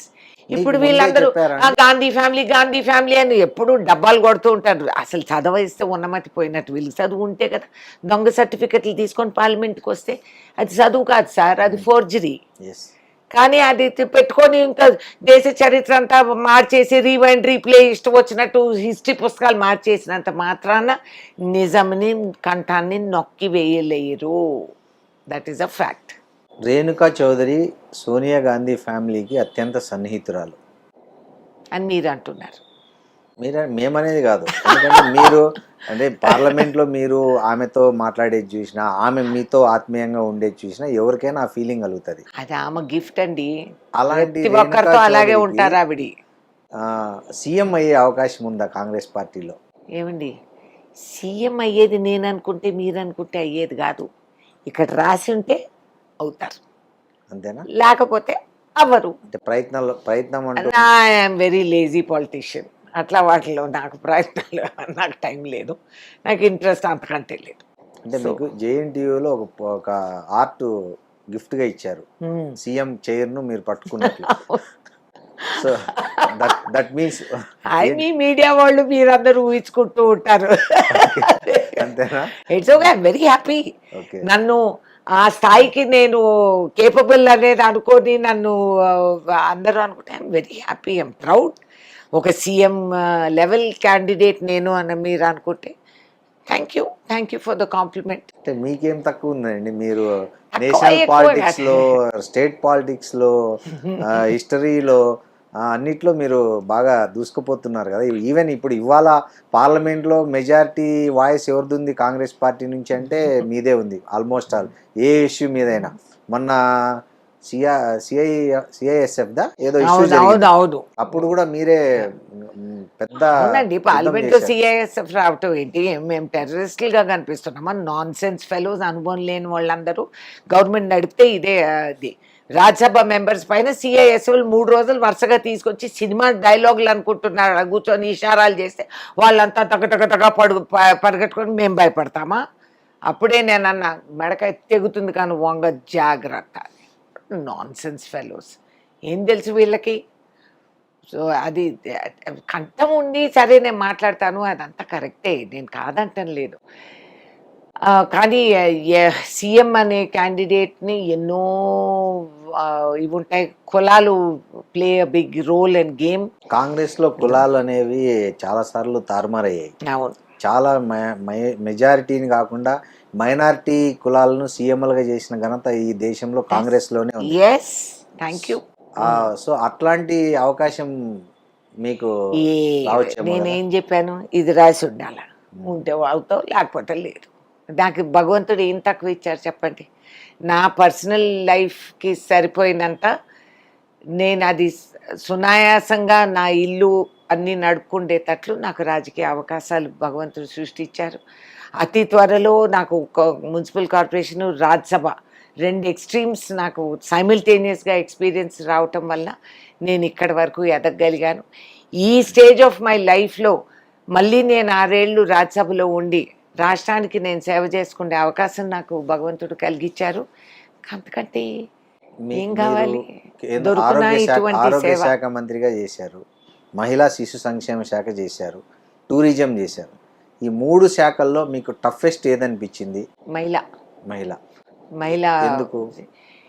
ఎందుకంటే నేను అనుకునేదాన్ని అసలు అక్కడ వెళ్ళే వరకు నాకు అర్థం కాలేదు నేను ఎంత లక్కీగా పెరిగాను అనేది. నన్ను మా తండ్రి ఈక్వల్గా పెంచారు. బహుశా ఇంట్లో అన్నతమ్ముళ్ళు లేకపోవటం నా అదృష్టం. ఎందుకంటే నన్ను సమానంగా చూశారు మా ఫాదర్, మా మదర్ కూడా.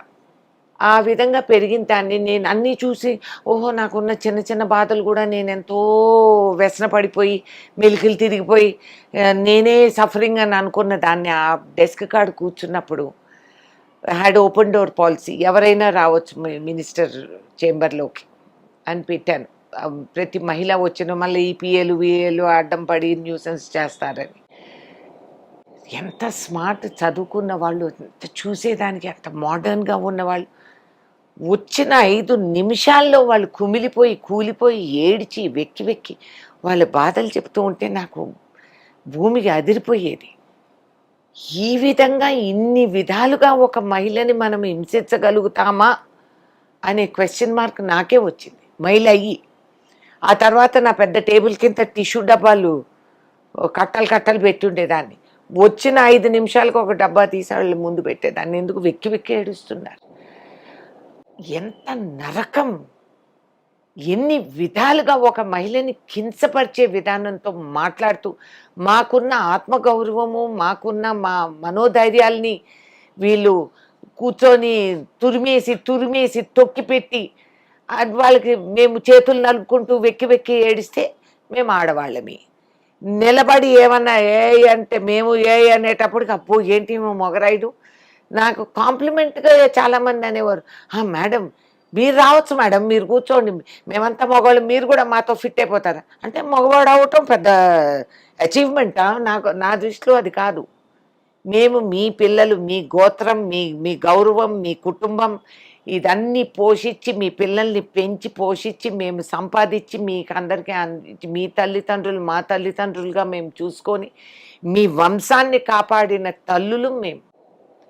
బ్రహ్మ విష్ణువు మహాదేవులకు కూడా జన్మిచ్చిన జన్మభూములు మేము. అది మీరు మహిళ అనేది ముందుకొచ్చిందంటే తొక్కి పెట్టాలనే బలహీనత మగవాళ్ళలో ఉంది, మాలో లేదు. కాబట్టి అది చూసి నాకు అనిపించింది ఇదేం ఛాలెంజ్. నేను మేడంతో చెప్పాను, మేడం నాకు life long anti depressant supply మీరు ఇప్పించాలి. అసలు అక్కడి నుంచి ఇంటికి వెళ్తే నా మూడ్ ఆఫ్ ఏంటి అసలు ఏంటి అర్ధరాత్రి వేళ తలుపులు తట్టేవాళ్ళండి బాబు. నాకు అర్ధరాత్రి వేళ గేట్లు తట్టి ఏముండేటువంటి వరకట్న వేధింపులు. వరకట్నమే కాదు, 20 ఏళ్ళు పెళ్లి చేసుకొని 40 ఏళ్ళు అనుభవించిన పెళ్ళాలని కూడా రోడ్డుకు పంపించేస్తారు అర్ధరాత్రి వేళ. ఆస్తులు పెళ్ళాలి పేరు పెట్టరు, నీకు కావాల్సిన ఆర్థిక శక్తి నీకు ఇవ్వరు, నీ ఆస్తి వాడుకుంటారు. నువ్వు తీసుకొచ్చిన స్త్రీధనం అంతా నీ కుటుంబాన్ని పోషించేదానికి అన్నీ వేసుకొని మీరు వాడుకుంటారు. ఆ అమ్మాయి కంట్రోల్, ఫైనాన్షియల్ కంట్రోల్. కొడుకుని కనకపోతే ఆమె తప్పు. ఒరే ఎదవా నీ జీన్స్లో ఉంది అనేది నీకు తెలవదా? ఒట్టి సొంటలు ఆ పిల్లని వేధించి, ఆ తల్లులు వేధించి, ఆ అమ్మాయి ఉద్యోగం చేస్తే ఆమె జీతం నీ చేతిలోకి ఇవ్వాలి, ఆ అమ్మాయికి మీరు ఏదో పాకెట్ మనీ లాగా ఇస్తారు. ఏంటండి ఇది? ఎందుకు మీరు జన్మభూమి అని ఈ దేశాన్ని అంటారు, మహిళ ఈ దేశాన్ని మహిళ. నువ్వు మాట్లాడే భాష మాతృభాష అని అంటారు, పితృభాష మరి అనరు. అసలు పితృ ఎవరో నేను సర్టిఫికెట్ ఇవ్వాలా, నువ్వు తండ్రి అని నేను చెప్తే నీకు నమ్మకం వస్తుంది. తల్లి నిజం, తండ్రి నమ్మకం, ఆ నమ్మకం. కాబట్టి నువ్వేంది నేను ప్రూవ్ చేయాల్సిన అవసరం నాకేమొచ్చింది? బట్ అది పక్కకు తొలగించేసి ఎక్కడ పురాణాల్లో ఇది ఆ మనుస్మృతి వచ్చే వరకు ఇది ఎక్కడా లేదు. Women where equal. సీతమ్మ లాంటి మనిషే స్వయంవరం చేసుకుంది. 40 మంది మగవాళ్ళు నిలబడితే తను ఇష్టపడి ఒక ఎగ్జామ్ పాస్ అయితే గాని శ్రీరాములు వారు ఆ ధనస్సు ఎత్తైతే గాని సీతమ్మ ప్రాప్తం అవ్వలేదు. కానీ సీతమ్మను కూడా అనుమానించారు కదా మగవాళ్ళు. అరణ్యవాసం నుంచి తిరిగి వచ్చి ఆయన కిరీటం పొందేటప్పుడు ఒక సెక్షన్ ఆఫ్ పీపుల్ అడిగారు, శీలాన్ని ప్రశ్నించారు, సీతమ్మ శీలాన్ని ప్రశ్నించారు. అగ్ని పరీక్ష చేయాల్సి వచ్చింది, వదిలేసి వెళ్ళిపోయింది. Very good, hats off. Seethamma was the first women's liberator. సరే నువ్వు భర్తగా నువ్వు ఏడుస్తున్నావు, నీకు చూపిస్తాను నేను, okay I'm proving. She went away. అది అది ఇవాల్టి వరకు ఏమన్నాడు మనిషి అనేటప్పటికి ఆమె శీలాన్ని ప్రశ్నిస్తారు, క్యారెక్టర్ని ఇది చేస్తారు, ఇంకేదో అనేస్తారు. ఏంటండి వాట్ ఇస్ దిస్? మీతో కూడా చాలా మంది మిస్బిహేవ్ చేశారు, మీరు Of కూడా course. చేంజ్ చేసుకున్నారని ఆఫ్ కోర్స్. అంటే ఎవరు? నేను ముక్తార్ మోసేదాన్ని, ఉమ్, నకుల్ డస్టర్, ఉమ్, నకుల్ డస్టర్తో వేసేదాన్ని 2-3. చాలా మందిని లాగాను నేను శుభ్రంగా, ఆహా. కష్టపడి ఈ పేరు సంపాదించుకున్నాను. అంటే పొలిటీషియన్స్ అయినా మీతో మిస్బిహేవ్ చేశారు? లేదండి, కొత్తల్లో మేము పబ్లిక్ మీటింగ్స్ దీంట్లో ఎవడంటే వాడి ఇష్టం, ఏంటి మీ ఆట కోసం మేము గడప దాటి వచ్చామా? Um, we are not your entertainment. We are not here for your entertainment. We are not your job perks. ఉద్యోగాల్లో మీకు బోనస్లు దొరుకుతాయి, మేము మహిళలు వచ్చేది మీ బోనస్గా కాదు బుజ్జి, మేము వచ్చింది మా అవసరానికి. If you can't respect me, I know how to make you respect me, అంతే. మీరు ఆల్రెడీ పాలిటిక్స్ లో ఉన్నారు, మీకు ఆల్రెడీ గన్ మెన్ అంతా ఉంటారు. నాకు అవసరం లేదు, నేనే వాళ్ళని కానీ కాపాడుతూ మళ్ళీ ఉంటా. మీరు గన్ లైసెన్స్ తీసుకున్నారు ఎందుకు? నాకు ఎప్పటి నుంచో ఉంది గన్ లైసెన్స్. అదే ఎందుకు ఆ గన్ ఎందుకంటే నేను మిలిటరీలో పుట్టి పెరిగిన దాన్ని. మేము మా చిన్నప్పుడు అంతా మా కార్ డాష్ బోర్డ్లో ఎప్పుడూ రివాల్వర్ ఉండేది. ఆ రోజులో పాలెం నుంచి ఢిల్లీ రావాలంటే డకాయిట్స్ ఉండేవారు. ఇక్కడ సౌత్లో మీరు ఎప్పుడు చూడలేదు అది, మధ్యప్రదేశ్లో ఇవాళకు ఉన్నారు. సో ఆ ఏరియాస్ అంతా డకాయిటీస్ అయ్యేటివి. సో మా మిలిటరీ వాళ్ళందరూ 5-6 కార్లు ఒకటే విధంగా ఒక సమావేశమై ఒక కాన్వాయ్లో బయలుదేరే వాళ్ళం to come to Delhi. So మళ్ళీ అక్కడ ఎవరికి వాళ్ళు షాపింగ్లు గీపింగ్లు తీసుకొని మళ్ళీ 4-5 కుటుంబాలు కలిసి ఎక్కడో రెస్టారెంట్లో భోజనాలు తిని, అది మాకు అవుటింగ్, సింపుల్ అవుటింగ్స్ ఆ రోజుల్లో. లేదా ఇండియా గేట్ దగ్గర ఫైరింగ్ ఎలా ఆఫ్ చేయాలి? కోర్స్, లేకపోతే ఊరికే బొమ్మలాగా పెట్టుకుంటే ఏం లాభం, అవసరానికి ఉపయోగించుకోవాలి కదా. ఎప్పుడైనా ఫైర్ చేశారా? Of course.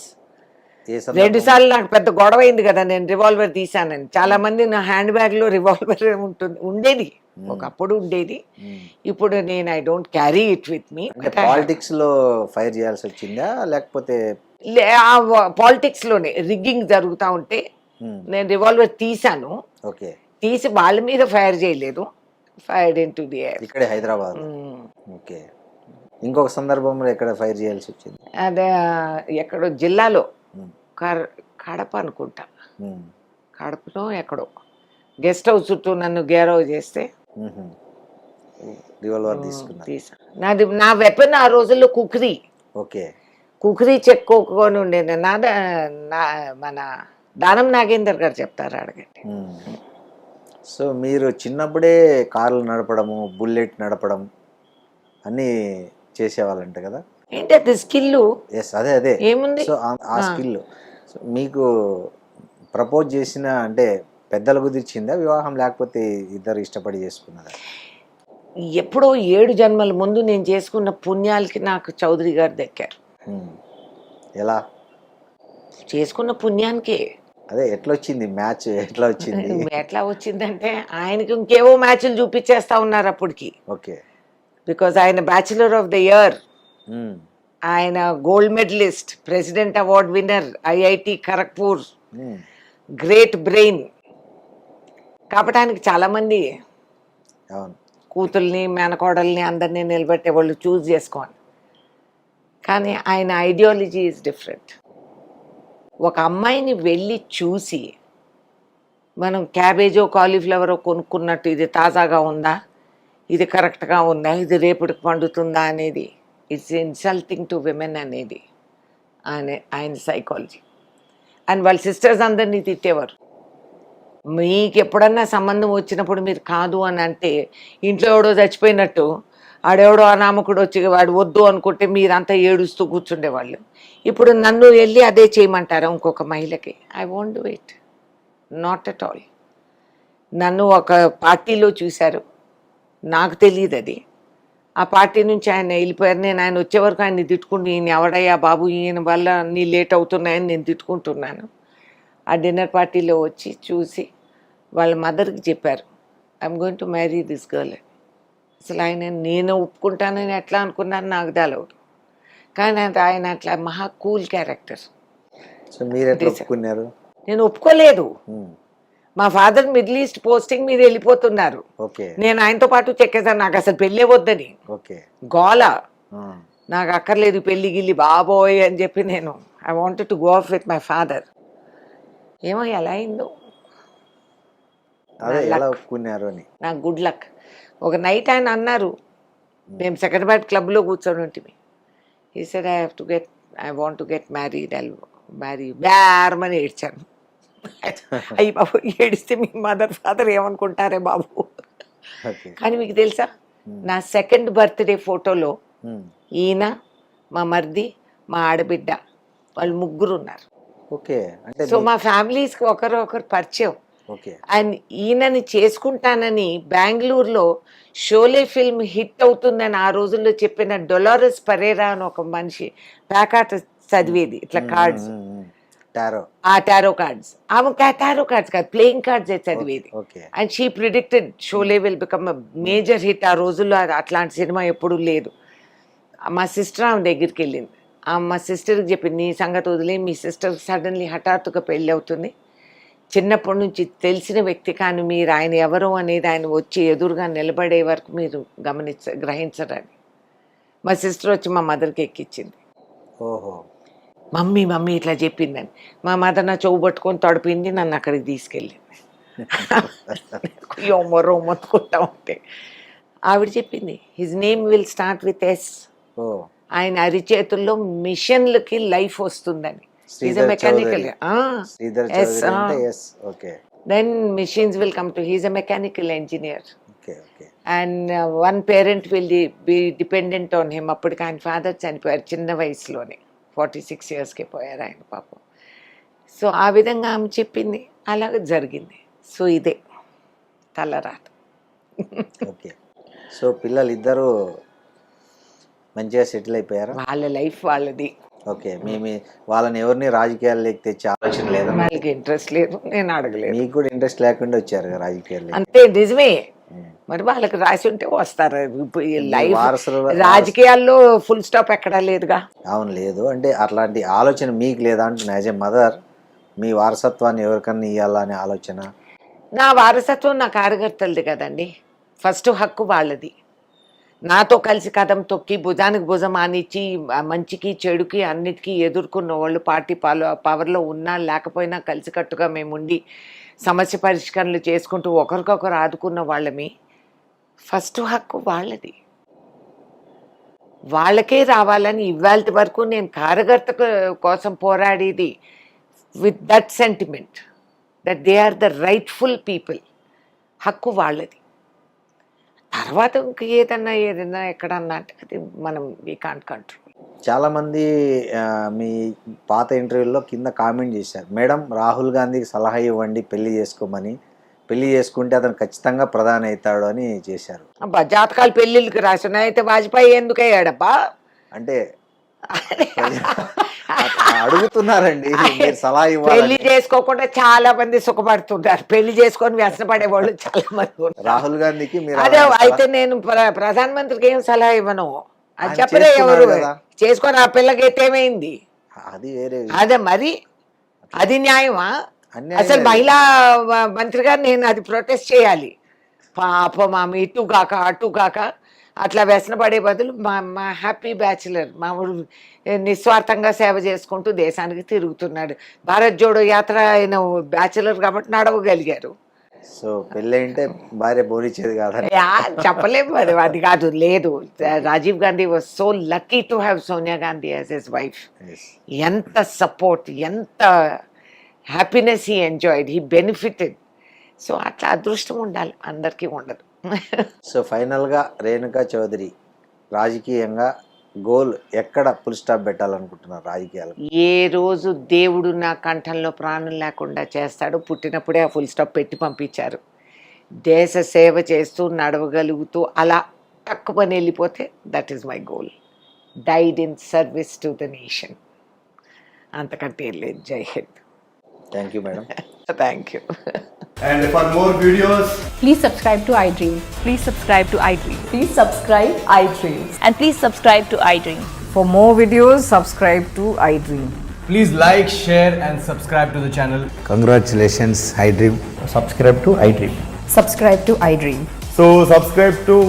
iDream Media.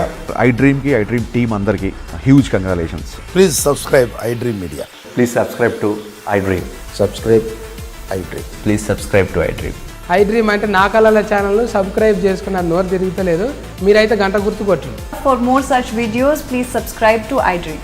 Subscribe to iDream. Please subscribe to iDream. Please subscribe iDream Media. Please do subscribe to iDream. Please subscribe to iDream Media. For best entertainment and information, please subscribe iDream. And don't forget to subscribe to iDream.